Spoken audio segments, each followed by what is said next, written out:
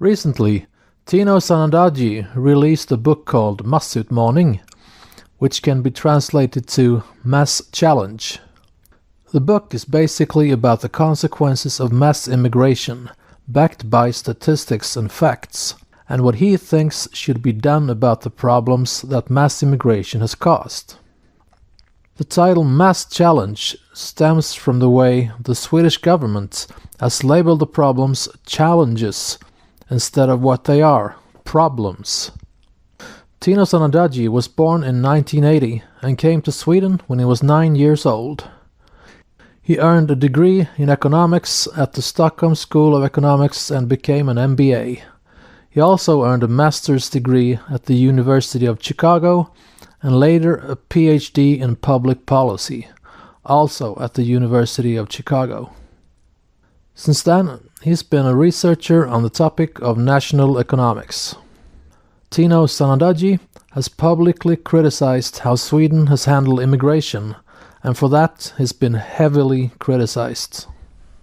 Since many people in Sweden still don't want to acknowledge that mass immigration has brought a lot of stress on society, the book MassChallenge hasn't been very popular in all parts of society. At the Public Library of Ekerö in Stockholm, the book was refused by librarian Tino Sanandaji with the motivation that it, among other things, is printed by an independent publisher and supports racism. If you know the first thing about Tino Sanandaji, you know all of that is absolute nonsense. On February 17th, Tino wrote about it on his Facebook. MassChallenge had the facts reviewed by 3 top economists, and most of the chapters by even more. No one has yet demonstrated any factual errors, and the book has received favorable mentions in news magazines Svenska Dagbladet, Göteborgs-Posten, Expressen, Dagens Samhälle, Ekonomistas, Dagens Näringsliv, and more. Ekerö's librarian is trying to mislead with nonsense about publishers, as if all Marxist publishing that Ekerö Library takes in are externally peer-reviewed. Approximately 50 Swedish libraries have already taken in my book, including several university libraries. 111 people in the Gothenburg City Library are waiting for a copy of the book. The Library Association writes, "The public library collections and services should not be subject to any shape of ideological, political, or religious censorship.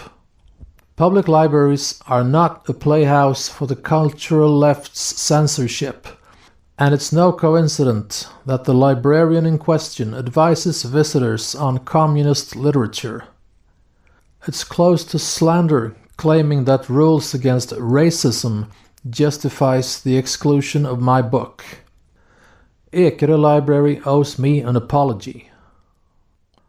The case with Ekerö Library was revealed by Maria Halkiewicz when she wanted to borrow the book, but in a phone call she was met by a strange attitude from the librarian, telling her in a harsh way that they can't take in the book. Being a Polish descendant, she was shocked by the way she was treated, and it reminded her of a visit to Poland as a child, when Poland was still under the rule of the Soviet Union. It's really strange how you, in a Swedish library in 2017, can borrow Mein Kampf by Adolf Hitler, but you can't borrow a book about economy and society that were thoroughly checked for errors by experts. The book has also been checked for errors by criminology professor Jerzy Sarnecki, and although he doesn't agree with Sanandaji on his conclusions, he found no inaccuracies. Sarnecki was invited by Swedish radio to openly criticize the book, but, strangely enough, Sanandaji was not invited to respond to Sarnecki's criticism. That's Swedish state media in a nutshell. There are things that indicate that Nina Sundberg may not be solely responsible for all this. When she was contacted by Nya Dagbladet, she was very reluctant to speak about the matter and said she had been forbidden by senior managers to talk about it. This is what happened when Nya Dagbladet called Nina Sundberg. We were greeted immediately by a critical and shaken voice when Sundberg lifted the handset. Nina said, "Were you linked via the municipality's switchboard?" The reporter said, "Yeah." Nina said, "You should not be linked up to me. I will not comment on this. Senior managers should." The reporter said, "But I thought you had written the letter and explained why you wouldn't take in the book, so I'm asking you why you choose not to do that." Nina said, "Like I said, you can turn to senior managers."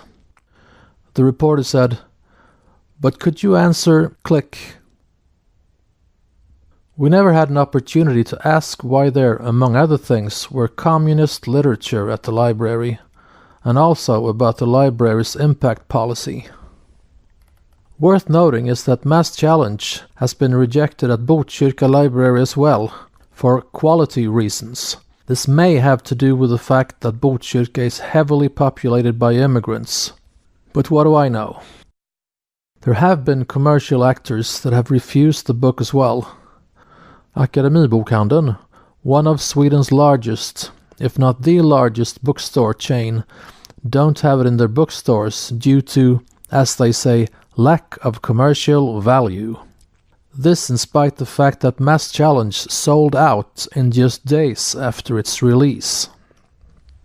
It can be purchased on their website, although it's nearly 40% more expensive than at some other online bookstores. Maybe they just don't want to sell it.